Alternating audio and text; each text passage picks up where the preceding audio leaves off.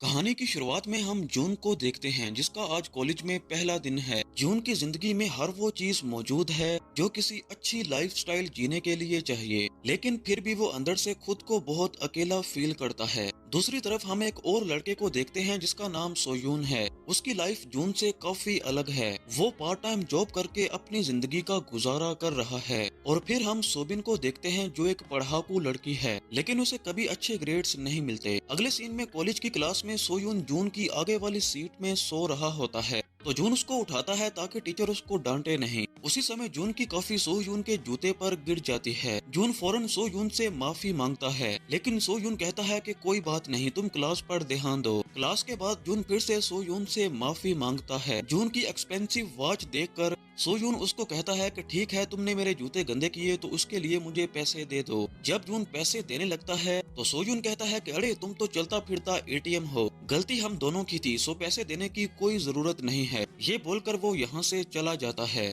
अगले सीन में सोबिन प्रे कर रही होती है कि उसकी रूममेट एक अच्छी लड़की हो, और जैसे ही वो अपनी आंखें खोलती है उसके सामने उसकी रूममेट खड़ी होती है। वो लड़की कहती है कि वो सेकंड ईयर की स्टूडेंट है, और वो सोबिन से कहती है कि मेरा सूटकेस भी उठा लो। अगले सीन में जून अपने दोस्तों के लिए जूस लेने जाता है। वहाँ उसे सोयून पार्ट टाइम जॉब करते हुए दिखाई देता है। जून उससे बात करने की कोशिश करता है, लेकिन सोयून उसको कहता है कि तुम अब यहाँ से जाओ। ये सुनकर जून मुस्कुरा देता है और वहाँ से चला जाता है। अगले दिन जब सोबिन क्लासरूम का दरवाजा खोलती है तो वो फिसलकर जून के ऊपर गिर जाती है, लेकिन जून उसको संभाल लेता है और जून उससे माफी मांगने लगती है। अगले सीन में सभी जूनियर स्टूडेंट्स एक ओवरनाइट ट्रिप पर जाने वाले थे, और यहाँ पर टीचर सोबिन को जूनियर्स की लीडर बना देती है। ट्रिप के दौरान सोबिन बार बार जून को देखती रहती है और जून भी उसको नोटिस करता है। रात को एक स्टूडेंट ज्यादा ड्रिंक करने की वजह से बेहोश हो जाता है। सोबिन सोयून को कहती है कि तुम इस जूनियर को मेरे हवाले कर दो, लेकिन सोयून उसकी बात नहीं सुनता और उस स्टूडेंट को उसके रूम तक खुद ही ले जाता है। जून भी वहाँ पर होता है और वो सोबिन से पूछता है कि सोबिन, तुम मुझे हमेशा क्यों देखती रहती हो, क्या तुम्हें मुझ पर क्रश है? ये सुनकर सोबिन बहाना बनाती है और वहाँ से भाग जाती है। अगले सीन में जब सोबिन सोयून को सफाई करता हुआ देखती है,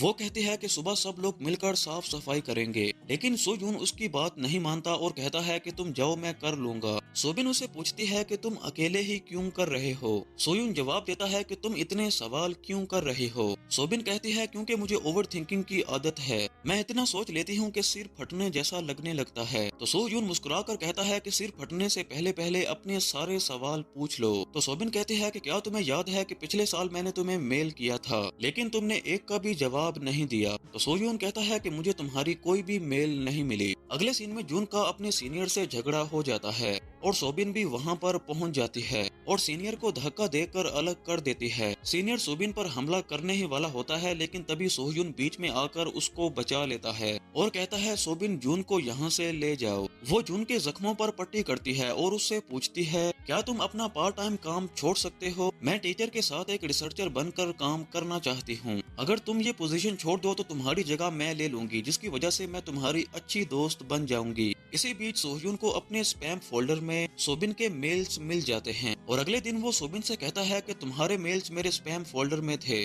माफ करना, मैं पिछले साल तुम्हारी पढ़ाई में मदद नहीं कर पाया। तभी जून सोबिन के पास आता है और कहता है तुम्हें मेरे साथ बंजी जंपिंग पर चलना होगा, और सोबिन कहती है कि मुझे ऊंचाई से डर लगता है। जून कहता है कि अगर तुम ऐसे ही डरती रहोगी तो कभी अपना डर नहीं मिटा पाओगी। सोबिन फिर से बहाने बनाने लगती है। तब जून कहता है अगर तुम मेरे साथ बंजी जंपिंग नहीं करोगी तो ना ही तुम मेरी अच्छी दोस्त बनोगी और ना ही तुम्हें पार्ट टाइम जॉब मिलेगी। इतना कहकर जून वहाँ से चला जाता है। अगले सीन में सोबिन जून के साथ जंपिंग करने आ जाती है। जून कहता है कि चलो आओ अब नीचे कूदते हैं, लेकिन सोबिन मना करती है और कहती है कि मुझे डर लग रहा है। तो जून उसको गोद में उठाकर कूद जाता है। सोह्यून दूर से उनको देख रहा होता है। ट्रिप से वापस आने के बाद जून सोह्यून को कहता है अगर रात को तुम नहीं आते तो मैं पिट जाता। तो सोह्यून कहता है कि मैंने तुम पर कोई भी एहसान नहीं किया। तो जून कहता है कि तुमने रात को सोबिन की वजह से मेरी हेल्प की थी, है ना? सोह्यून ये सुनकर रुक जाता है। तो जून उसको कहता है कि मैं तुमसे अच्छे से इसलिए बात करता था क्योंकि तुम पर मुझे तरस आता है, लेकिन तुम उसके लायक नहीं हो, तुम बहुत घमंडी हो। सोह्यून जवाब देता है कि अच्छा हुआ तुमने जल्दी अपना रंग दिखा दिया।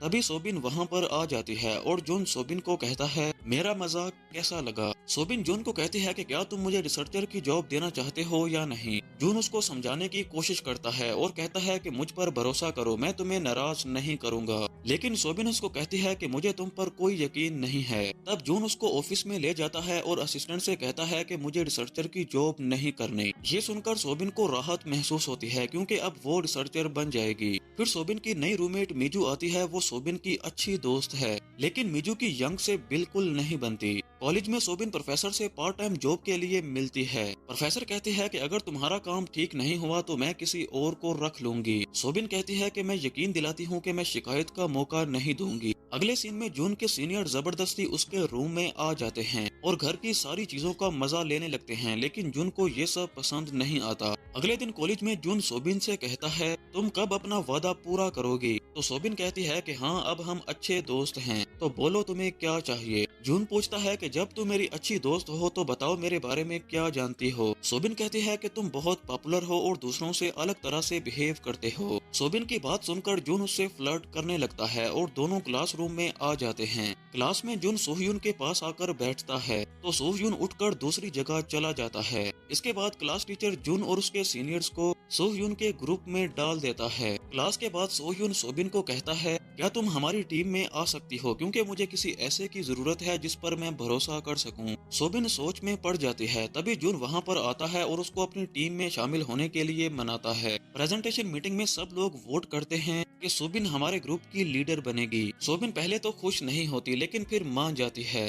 अगले सीन में जून को उसकी मॉम की कॉल आती है और उनकी बातों से पता चलता है कि जून के पेरेंट्स हमेशा उसकी तुलना उसके बड़े भाई से करते हैं। जून अपने पेरेंट्स को खुश करने की हर मुमकिन कोशिश करता है, लेकिन फिर भी वो उससे खुश नहीं होते। दूसरी तरफ सोहयुन अपने बढ़ते खर्चों को लेकर परेशान है, क्योंकि उसे अपनी माँ और छोटे भाई की जिम्मेदारी उठानी पड़ती है। आज प्रेजेंटेशन मीटिंग में सोहयुन, जून और सोबिन मौजूद हैं। सोहयुन नाराज है कि जून के दोस्त ग्रुप डिस्कशन में पार्टिसिपेट नहीं कर रहे। सोबिन कहती है कि मैं टीम लीडर हूँ, सो मैं उनका काम भी संभाल लूंगी। सोहयुन को ये पसंद नहीं आता, इसीलिए वो यहाँ से जाने लगता है। सोबिन जून से पूछती है कि अब हमें क्या करना चाहिए। जून कहता है कि तुम फिक्र मत करो, मैं सोहयुन को वापस ग्रुप में ले आऊंगा। फिर दोनों सोहयुन के पीछे जाते हैं और बाहर जून के सीनियर सोहयुन को परेशान कर रहे थे। जून अपने सीनियर्स को रोकता है, लेकिन एक सीनियर जून को धक्का देता है, जो जून को उसके चाइल्डहुड की याद दिला देता है। जून का सीनियर सोहयुन पर हाथ उठाता है तो जून जोर से चिल्लाता है और कहता है कि अगर तुम्हें इससे कोई प्रॉब्लम है तो बैठ के बात करते हैं। इस घटना से जून डर जाता है और सब लोग हैरान होकर जून को देखते हैं। अगले सीन में सोबिन सोहयुन को दवाई लगाती है और बाद में उसे ग्रुप में वापस आने के लिए मना ही लेती है। इसी बीच जून का बड़ा भाई उसको लेने आ जाता है, क्योंकि जून के पेरेंट्स ने एक छोटा गेट टुगेदर अरेंज किया है। जून के पेरेंट्स को उसके बाल पसंद नहीं थे, इसीलिए वो ब्लैक विग लगाकर वहां पर चला जाता है। जून की आंट कहती है कि जून को सीईओ यूनिवर्सिटी में एडमिशन नहीं मिला,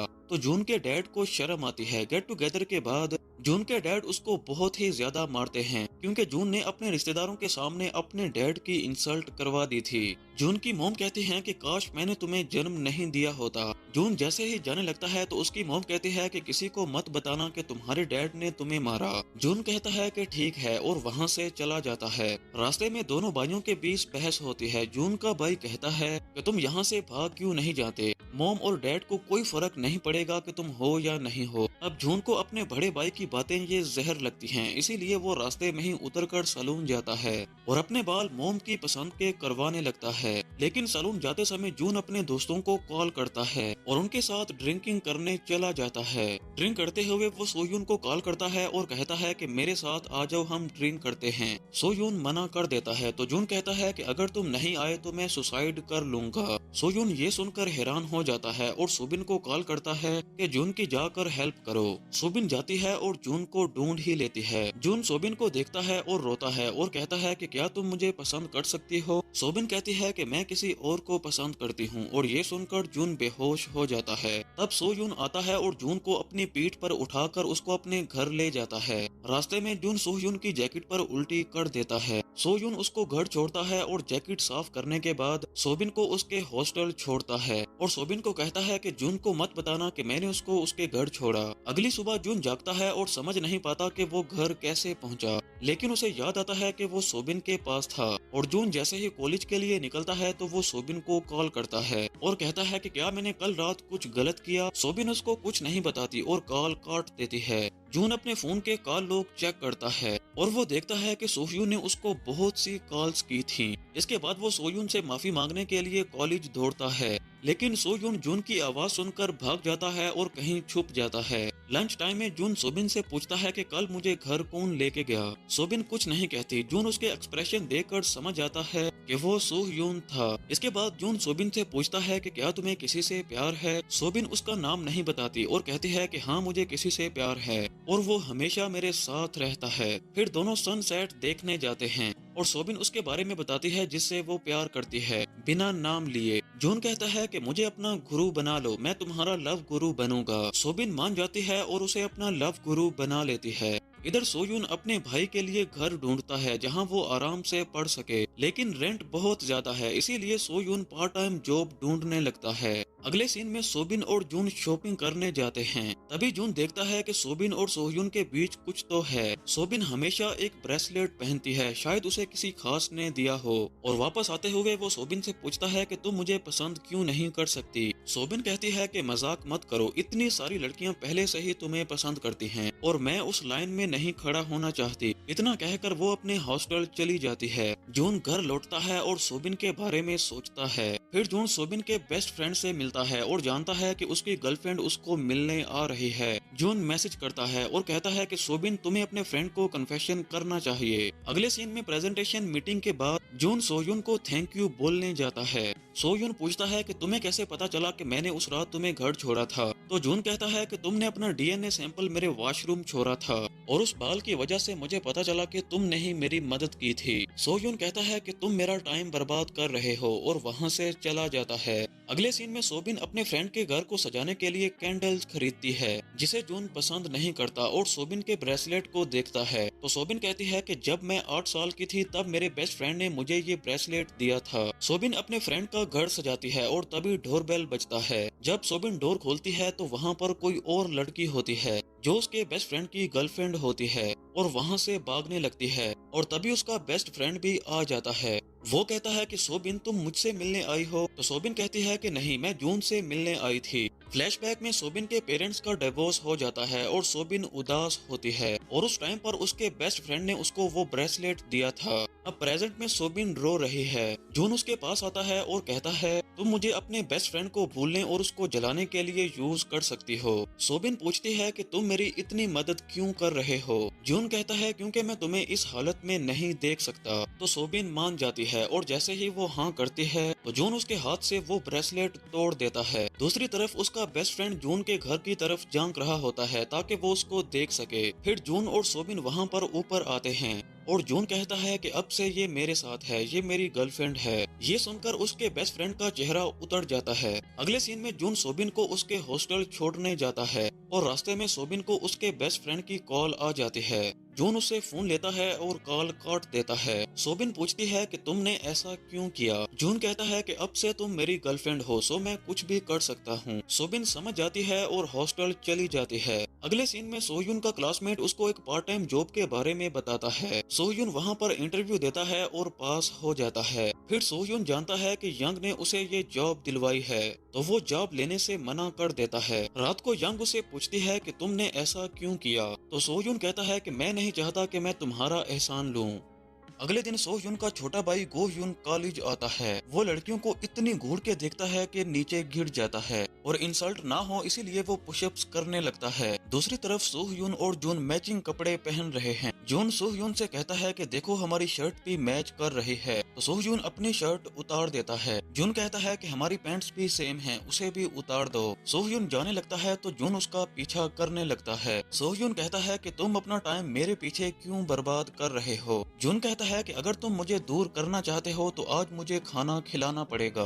तभी सोह्यून को लड़कियों की चीखें सुनाई देती हैं। वो पीछे मुड़कर देखता है तो उसका भाई पुशअप्स कर रहा था। गोह्यून अपनी शर्ट उतारने लगता है ताकि लड़कियों को इम्प्रेस कर सके। तो सोह्यून आता है, अपने भाई को रोकता है और उसको खींच कर ले जाता है। सोह्यून जून के लिए और अपने भाई के लिए खाना लेके आता है। लंच के दौरान सोह्यून का अपने भाई के लिए केयर देखकर जून थोड़ा जेलस महसूस करता है, क्योंकि उसके भाई ने तो आज तक उससे प्यार से बात तक नहीं की। सोह्यून टेबल से उठता है और यहाँ से चला जाता है और तभी उसका छोटा भाई जून की वॉच देखता है। जब वो जून से पूछता है कि तुमने इतनी महंगी घड़ी कहाँ से ली, तो जून उसको वो घड़ी ही दे देता है। घर छोड़ने से पहले जून सोह्यून से पूछता है कि क्या मैं तुम्हें कॉल कर सकता हूँ, तो सोह्यून मना कर देता है। प्रेजेंटेशन मीटिंग में सीनियर काम नहीं करते, तो सारा काम सोह्यून और सोबिन पर आ जाता है। जून कहता है कि इसमें मैं तुम्हारी हेल्प कर सकता हूँ। सोह्यून कहता है कि तुम जूनियर हो, सो इसीलिए तुम ये काम नहीं कर सकते। जून कहता है कि एक बार मुझ पर ट्रस्ट करो। सोह्यून जून पर ट्रस्ट करता है और उसको काम दे देता है। अगले सीन में जब सोह्यून काम कर रहा होता है, 3 सीनियर उसकी शॉप में आते हैं और उसको बुली करने लगते हैं।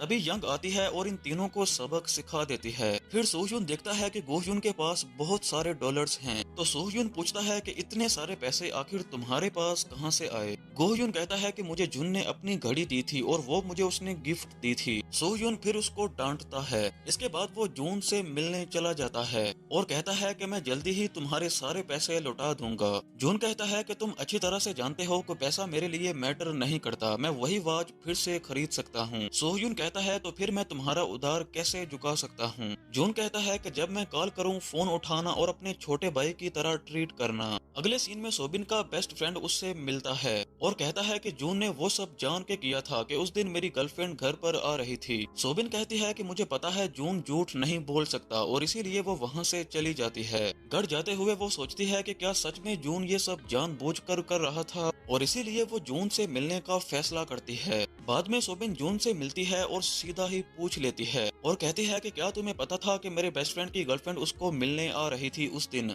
जिस दिन मैं उससे मिलने गई थी। जून कहता है कि हाँ मुझे पता था और मैं तुम्हें उसके पीछे पागलों की तरह पड़ता हुआ नहीं देख सकता। सोबिन को लगता है कि जून ने उसको धोखा दिया है, इसीलिए वो उनकी दोस्ती तोड़ देती है। जून सोह्यून को कॉल करता है और कहता है कि मैंने किसी का दिल दुखाया है, अब मुझे तुम्हारी मदद चाहिए ताकि सब कुछ पहले जैसा हो जाए। सोह्यून उसको कहता है कि तुम उसके पास जाओ और सब कुछ सच सच बता दो। फिर जून सोबिन के पास जाता है और सब कुछ सच सच बता देता है। मैंने वो सब इसलिए किया ताकि तुम्हारे दिल में अपने लिए जगह बना सकूं और मैं तुम्हें किसी और के पीछे भागता हुआ नहीं देख सकता। फिर जून सोबिन से माफी मांगता है और वो भी उसको माफ कर देती है। इधर सोह्यून काम करता हुआ बेहोश हो जाता है, इसीलिए उसको हॉस्पिटल एडमिट कर दिया जाता है। जून सोह्यून को कॉल करता है और नर्स बताती है कि वो हॉस्पिटल में है। जून जल्दी से हॉस्पिटल आ जाता है और जब सोह्यून अपनी आंखें खोलता है तो जून को देखकर कहता है कि तुम यहाँ हॉस्पिटल में कैसे आए। तो जून कहता है कि मैंने तुम्हें थैंक यू करने के लिए कॉल की और नर्स ने बताया कि तुम हॉस्पिटल में हो। सोह्यून कहता है कि क्या तुम मेरी गर्लफ्रेंड हो जो मुझे हमेशा कॉल करती रहती हो, और फिर उसको डांट कर कहता है कि अब तुम घर जाकर सो जाओ। अगले सीन में सोबिन सोच रही होती है कि जून मुझे पसंद करता है तो मुझे क्या रिप्लाई करना चाहिए। अगली सुबह जून हॉस्पिटल सोह्यून के लिए खाना लेकर आता है और उसको पता चलता है वो तो डिस्चार्ज होके घर भी चला गया है। सोह्यून दोबारा से वहाँ पर जाता है जहाँ पर वो काम करता है,